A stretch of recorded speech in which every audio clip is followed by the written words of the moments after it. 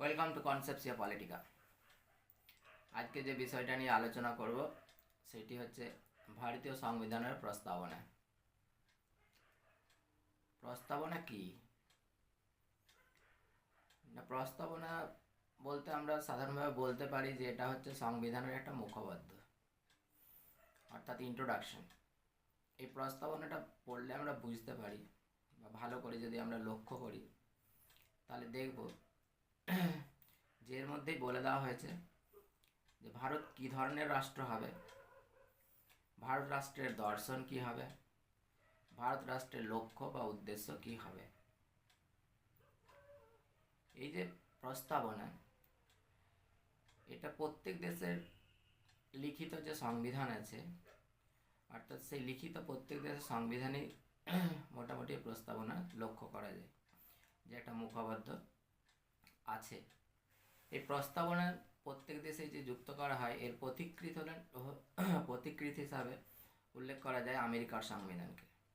কেন 1727 সালে আমেরিকায় যে সংবিধান রচিত হয় সেই সংবিধানে প্রথম একটি প্রস্তাবনা যুক্ত করা হয়। এরপর প্রায় প্রত্যেক দেশই এটাকে অনুসরণ করে। ভারতীয় সংবিধানের উন্নত হয়নি।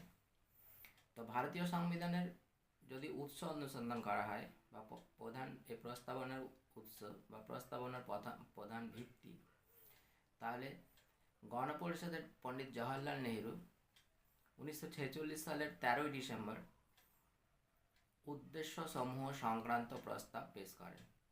ইংরেজিতে এটাকে বলা হয় অবজেক্টিভস রিজলিউশন। এই যে উদ্দেশ্য সমূহ সংক্রান্ত প্রস্তাব পেশ করা হলো 13 ডিসেম্বর 1946 সালের, এটি 22 ডিসেম্বর সংশোধিত আকারে গৃহীত হয় এবং এটি ভারতের প্রস্তাবনা। এই প্রস্তাবনার অর্থাৎ ভারতীয় সংবিধানের যে মূল প্রস্তাবনা, সেই মূল প্রস্তাবনা থেকে বর্তমানে যে প্রস্তাবনা আছে এখন, তাতে কিছুটা পরিবর্তন হয়েছে।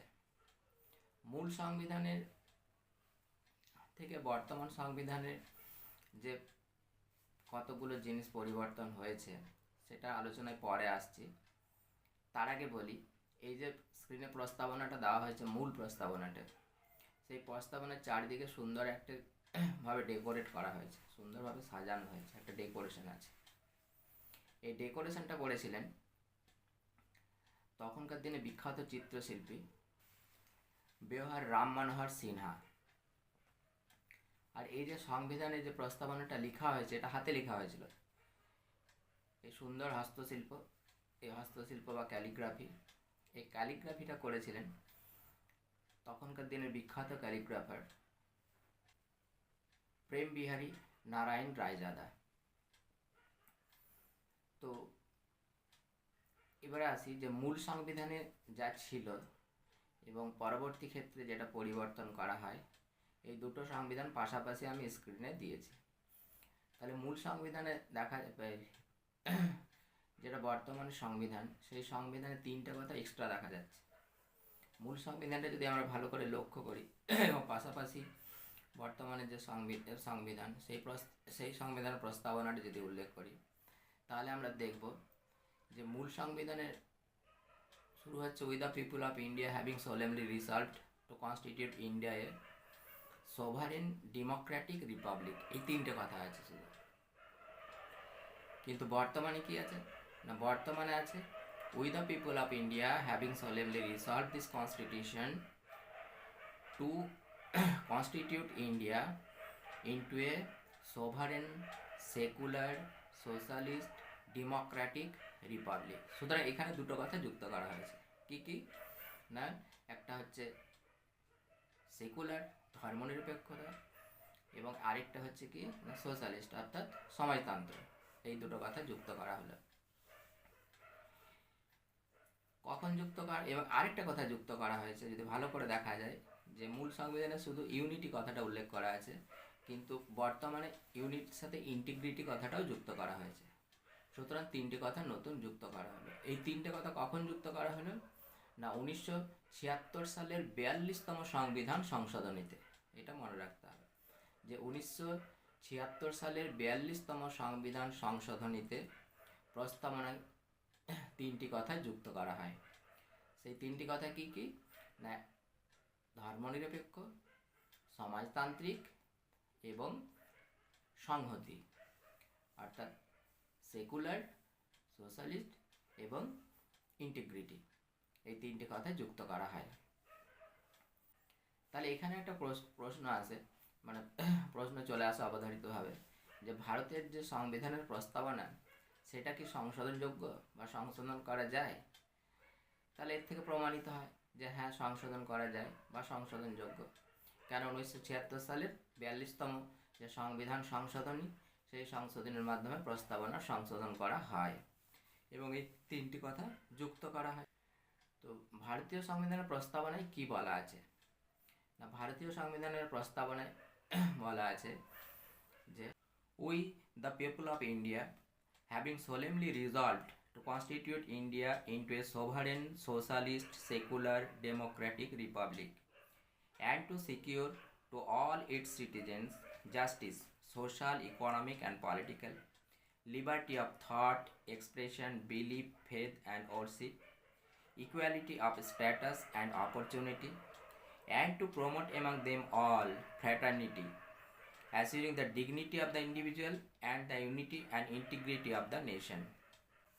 In our Constituent Assembly, this 26th day of November 1949, do hereby adopt, enact, and give to ourselves this Constitution. এটা বাংলা করলে দাঁড়ায় এরকম: আমরা ভারতের জনগণ ভারতকে একটি সার্বভৌম, সমাজতান্ত্রিক, ধর্মনিরপেক্ষ, গণতান্ত্রিক প্রজাতন্ত্র রূপে গড়ে তোলার জন্য এবং তার সকল নাগরিক যাতে সামাজিক, রাজনৈতিক ও অর্থনৈতিক ন্যায়, চিন্তা, মত প্রকাশ, বিশ্বাস, ধর্ম ও উপাসনার স্বাধীনতা, মর্যাদা ও সুযোগের সমতা এবং তাদের সকলের ব্যক্তিমর্যাদা তথা দেশের ঐক্য ও সংহতি সুনিশ্চিত করার জন্য যাতে সৌভ্রাতৃত্বের ভাব গড়ে ওঠে, সেই জন্য সত্যনিষ্ঠার সঙ্গে সংকল্প করে আজ 1949 সালের 26শে নভেম্বর আমাদের সংবিধান সভায় এতদ্বারা এই সংবিধান গ্রহণ করছি, বিধিবদ্ধ করছি ও আমাদের অর্পণ করছি। তাহলে সংবিধানের যে মূল 5টি কথা, সেই কথাগুলো নিয়েই আলোচনা করব এবং ভারতীয় সংবিধানের প্রস্তাবনার যে তাৎপর্য, সেই তাৎপর্য আলোচনা করতে গেলে এই কথাগুলো নিয়ে অবশ্যই বিস্তারিত ব্যাখ্যা করতে হবে। প্রথম কথাটি হচ্ছে যে আমরা ভারতের জনগণ। আমরা ভারতের জনগণ বলতে কি বোঝানো হয়েছে, কথাটি উল্লেখ করার কারণটা কি না, এই আমরা ভারতের জনগণ বলতে এখানে বোঝানো হয়েছে যে এই যে সংবিধান, এই সংবিধান আমরা লিখছি, কে লিখছে না, আমরাই নিজেরাই লিখছি, ভারতের জনগণই লিখছে। ভারত রাষ্ট্রের ব্যাপারে সমস্ত সিদ্ধান্ত নেওয়ার ক্ষমতা কার আছে? ভারতের জনগণের। অর্থাৎ ভারত রাষ্ট্রের চরম ক্ষমতা কার হাতে থাকলো? ভারতের জনগণের হাতে। ভারতের জনগণ আমরাই ঠিক করছি আমরা কি কি স্বাধীনতা ভোগ করব, কি কি অধিকার থাকবে, আমাদের মৌলিক অধিকার কি হবে, ভারত রাষ্ট্র কিভাবে পরিচালিত হবে, ভারত রাষ্ট্রের শাসন প্রকৃতি কীরকম হবে, এসব কিছু নির্ধারণ করছি আমরা নিজেরাই এবং আমরা নিজেদেরকে এটা অর্পণ করছি। প্রস্তাবনার শেষে বলা হয়েছে gives ourself to this constitution, তাহলে আমরা নিজেদেরকে অর্পণ করছি। সুতরাং আমরাই এটা লিখছি নিজেরাই এবং আমরা নিজেরাই গ্রহণ করছি। সুতরাং এই সংবিধানকে রক্ষা করার দায়িত্ব আমাদেরই, এটাই বলা হলো। তাহলে মূল কথা হচ্ছে যে আমরা ভারতের জনগণ কথাটির মধ্যে ভারত রাষ্ট্রের ব্যাপারে চরম ক্ষমতার অধিকারী হচ্ছে জনগণ, অর্থাৎ জনগণের যে সার্বভৌমিকতা, পপুলার সোভারেন্টি, এইটাকে প্রতিষ্ঠা করা হলো এই আমরা ভারতের জনগণ এই কথাটি দ্বারা। ডক্টর আম্বেদকর বলেন যে ভারতীয় সংবিধানের উৎস জনগণ এবং ভারতের সার্বভৌমিকতা জনগণের হাতেই ন্যস্ত। তিনি আরও বলেন ভারতীয় সংবিধান যেহেতু ভারতের জনগণের দ্বারাই লিখিত এবং গৃহীত হয়েছে, সেহেতু একে মান্য করা প্রতিটি ভারতবাসীর অবশ্য কর্তব্য। হচ্ছে ধর্মনিরপেক্ষতা। ধর্মনিরপেক্ষতা বলতে কি বুঝি? ধর্মনিরপেক্ষতা বলতে বুঝি বা ধর্মনিরপেক্ষ রাষ্ট্র বলতে বুঝি যে একটি ধর্মনিরপেক্ষ রাষ্ট্রের রাষ্ট্রধর্ম বলে কিছু থাকবে না। অর্থাৎ ইসলামিক রাষ্ট্র বা খ্রিস্টান রাষ্ট্র এরকম কোনো পরিচিতি সেই রাষ্ট্রের থাকবে না। যেমন বাংলাদেশ ইসলামিক রাষ্ট্রই, ধর্মনিরপেক্ষ বলতে পারবে না। পাকিস্তানও ইসলামিক রাষ্ট্রই, এই জন্য কি রাষ্ট্র, তাই এই জন্য ধর্মনিরপেক্ষ বলতে পারবে না। কিন্তু ভারত রাষ্ট্রের ক্ষেত্রে এরকম কোনো রাষ্ট্রধর্ম নেই। তবে ধর্মনিরপেক্ষ রাষ্ট্র বলতে আবার ঈশ্বরহীন রাষ্ট্রকেও বোঝায় না বা অধার্মিক রাষ্ট্রকেও বোঝায় না। ধর্মনিরপেক্ষ রাষ্ট্র বলতে ভারতবর্ষের ক্ষেত্রে কী বোঝানো হয়েছে না, এখানে সকল ধর্ম সমানভাবে প্রতিপালিত হবে। রাষ্ট্র ধর্মীয় ক্ষেত্রে কারো কোনো ধর্মের প্রতি বৈষম্যমূলক আচরণ করবে না। রাষ্ট্র দ্বারা সকল ধর্ম সমানভাবে প্রতিপালিত হবে। কোনো ধর্মই রাষ্ট্রের কাছ থেকে বিশেষ সুযোগ সুবিধা পাবে না। এটাই হচ্ছে ধর্মনিরপেক্ষ রাষ্ট্রের আদর্শ। এবং ভারতে ধর্মনিরপেক্ষ কথাটি বলতে এটি বোঝানো হয়েছে। ধর্মনিরপেক্ষ রাষ্ট্রের কাছে সকল ধর্ম সমানভাবে প্রতিপালিত হয় এবং সকল ধর্মই স্বাধীনভাবে তাদের ধর্ম আচরণ করতে পারে। ভারতে পরবর্তী ক্ষেত্রে মৌলিক অধিকারের যে 25 থেকে 28 নম্বর ধারায় ধর্মীয় স্বাধীনতার অধিকার যুক্ত করা হয়েছে, সেখানেও কিন্তু এই ধর্মীয় স্বাধীনতার উপরই গুরুত্ব আরোপ করা হয়েছে। অর্থাৎ সকল ধর্মীয় সম্প্রদায় তারা যাতে স্বাধীনভাবে ধর্মাচরণ করতে পারে, ধর্মীয় স্বাধীনতা ভোগ করতে পারে, এটি সুনিশ্চিত করা হয়েছে। সুতরাং ভারতের ধর্মনিরপেক্ষ যে আদর্শ প্রস্তাবনায় যে ধর্মনিরপেক্ষ কথাটি বলা হলো, সেক্ষেত্রে এটা পরিষ্কার করে দেওয়া হলো যে ভারত রাষ্ট্রে কোনো ধর্মের কোনো রকম বৈষম্যমূলক আচরণ করা হবে না এবং এখানে সকল ধর্মীয় সম্প্রদায় তাদের নিজ নিজ ধর্মাচরণ, ধর্ম পালন এবং ধর্ম স্বীকার করতে পারবে। এটা পরিষ্কার।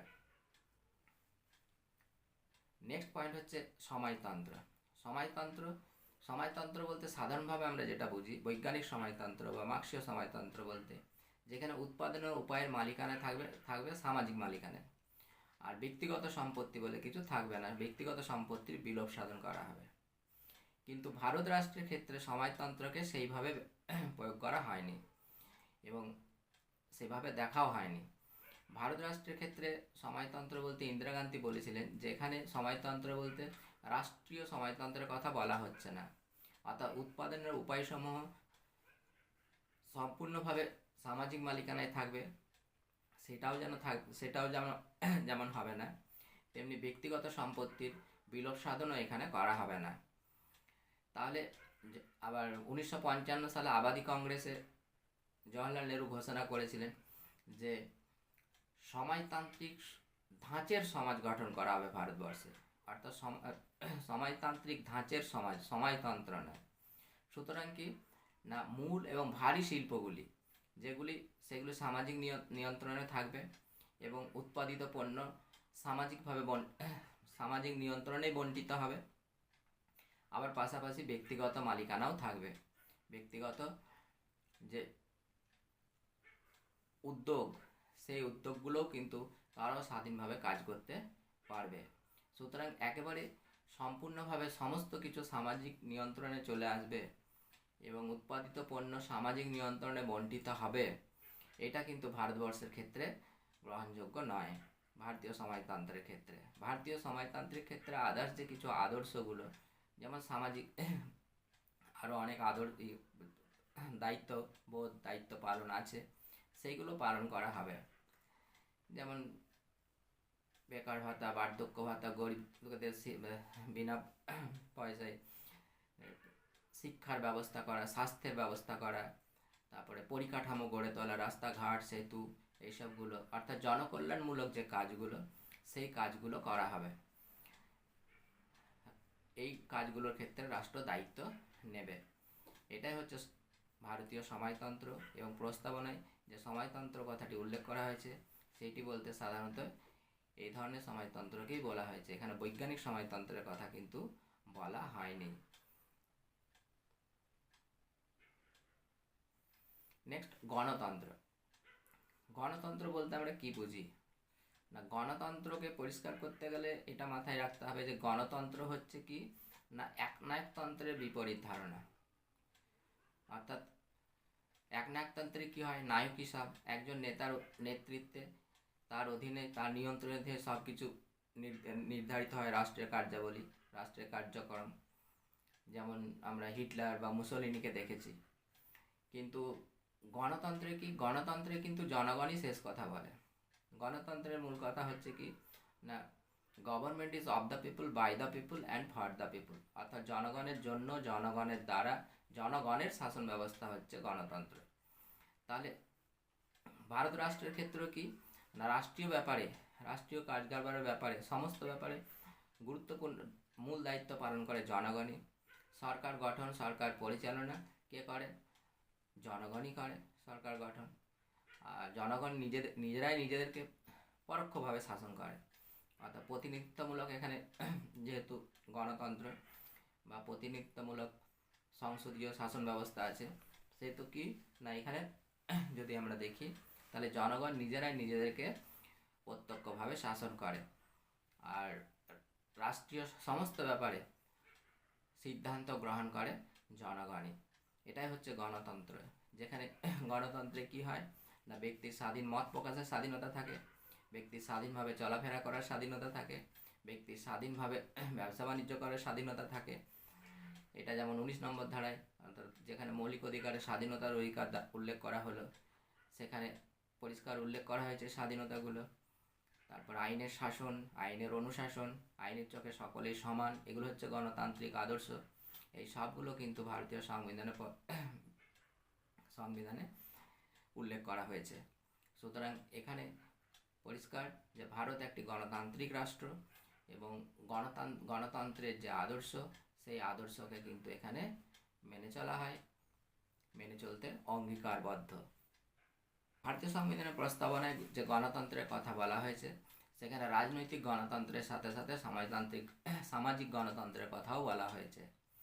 অর্থাৎ আম্বেদকর মন্তব্য করেছিলেন যে রাজনৈতিক গণতন্ত্রের ভিত্তিমূলে যদি সামাজিক গণতন্ত্র প্রতিষ্ঠিত না হয়, তাহলে তা কখনোই ফলপ্রসূ হতে পারে না। সামাজিক গণতন্ত্র বলতে তিনি এক এমন জীবনধারাকে বোঝাতে চেয়েছেন যা সাম্য, মৈত্রী এবং স্বাধীনতাকে স্বীকার করে।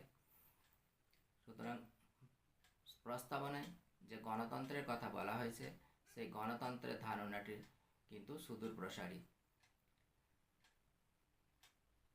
গণতান্ত্রিক যে আদর্শ, সেই আদর্শকে মেনে চলা, সেই আদর্শকে প্রতিষ্ঠা করা, এরই অঙ্গীকার করা হয়েছে প্রস্তাবনায়।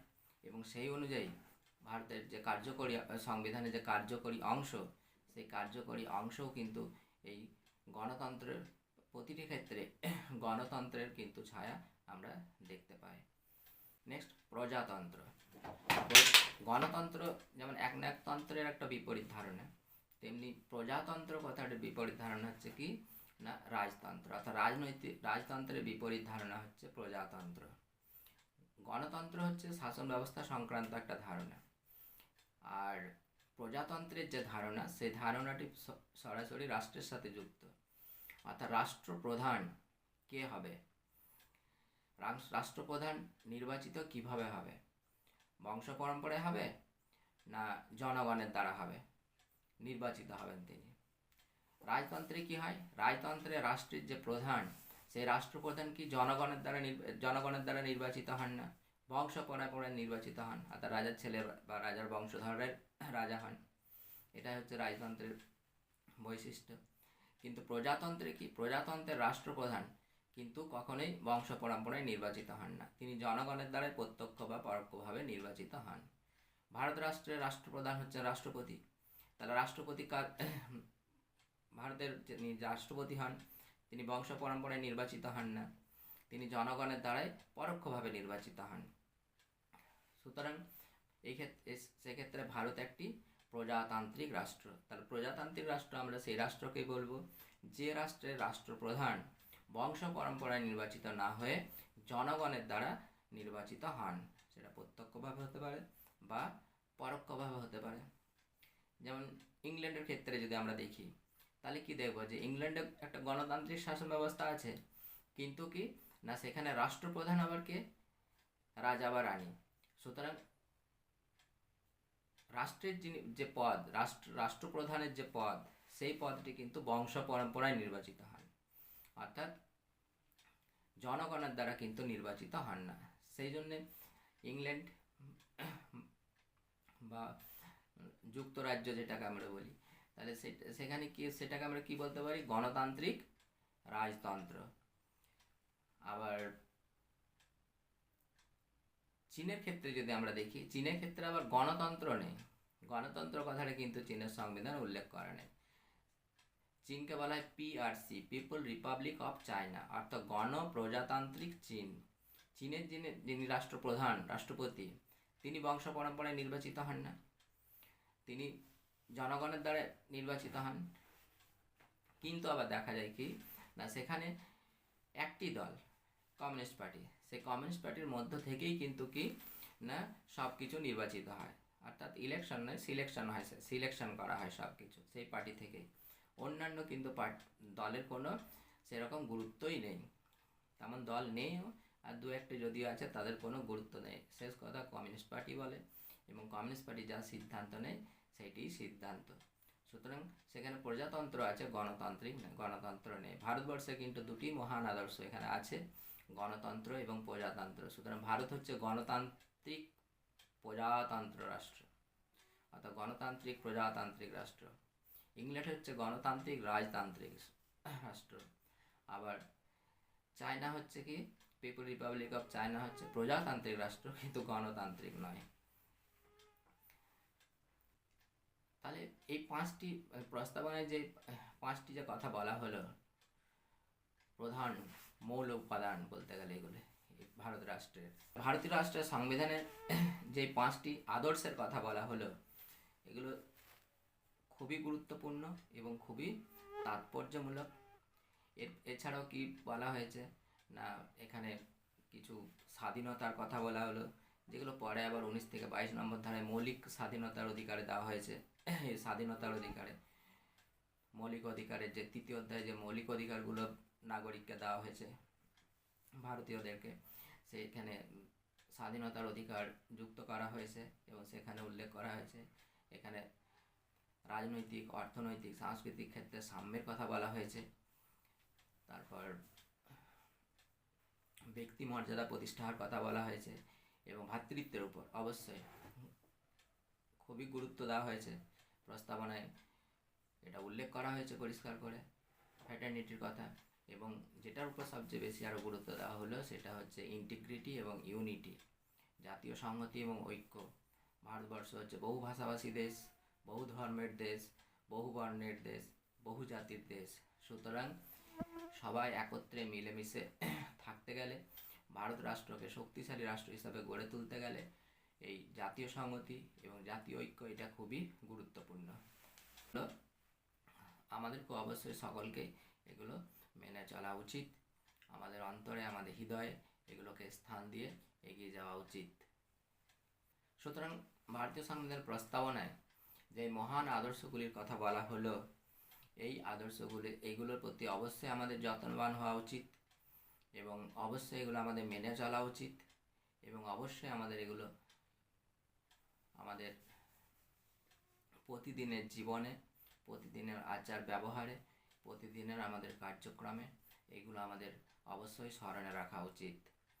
তবেই ভারতবর্ষ একটি শক্তিশালী রাষ্ট্র হিসাবে, এবং যে মহান আদর্শের কথা বলা হচ্ছে, জাতীয় ঐক্য এবং সংহতির কথা বলা হচ্ছে, সেই সংহতিকে সামনে নিয়ে ভারতের সবার সাথে, সমস্ত সম্প্রদায়ের মানুষের সাথে, সমস্ত জাতি, বর্ণ, ধর্ম নির্বিশেষে সবাই মিলে ভ্রাতৃত্ববোধ, অর্থাৎ এইটাকে জাগ্রত করে কিন্তু বসবাস করা উচিত। তাহলেই ভারতবর্ষ, ভারত রাষ্ট্র একটি অবশ্যই পৃথিবীর অন্যতম বৃহৎ গণতান্ত্রিক রাষ্ট্র এবং হিসাবে এখন চিহ্নিত। সেই বৃহৎ গণতান্ত্রিক রাষ্ট্র অবশ্যই একটা সুপার পাওয়ারের দিকে এগিয়ে যাবে। প্রস্তাবনা সম্পর্কে যে আলোচনা, সেটা মোটামুটি যতটা সংক্ষেপে পারা যায় সেই সংক্ষেপে আলোচনা করার চেষ্টা করলাম। এবং প্রস্তাবনা আলোচনা করতে গেলে কতগুলো গুরুত্বপূর্ণ কথা, যেমন এটা কখন সংশোধন হলো, কি কি যুক্ত করা হলো সেইগুলো, আর মেন প্রধান যে কথাগুলো যেগুলো ব্যাখ্যা না করতেই হবে সেগুলো আলোচনা করলাম এবং আশা করি বুঝতে অসুবিধা হবে না।